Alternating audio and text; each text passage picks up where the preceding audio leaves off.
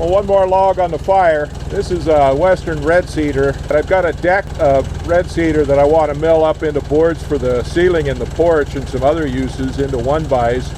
I wasn't going to do that for a little while, but I got a big yellow cedar log that I want to mill up. This was right in the way of, so I dug it out. Figured as long as I got it out of there, I might as well mill it up.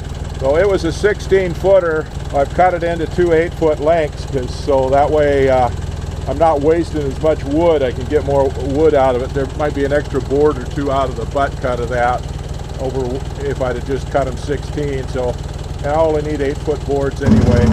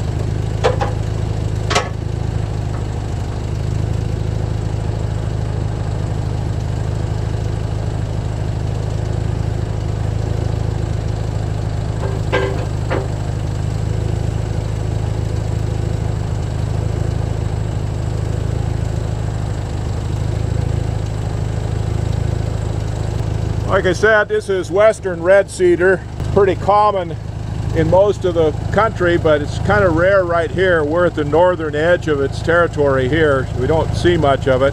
I've got a few trees here growing on the property. Wrangell Island and Prince of Wales Island, places like that, there's lots of it, but not a heck of it around here. That's feather light compared to what I've been cutting. Even compared to the spruce, it's pretty lightweight, so it's a lot easier to handle. But again, like the yellow cedar, I utilize every bit of it. It's not as decay resistant as Alaska yellow cedar, so I don't really use it for garden beds and things like that like I will yellow cedar, but it makes fantastic kindling. It's not good firewood, it burns too fast for that, but it sure gets a fire started in a hurry once it's dried out.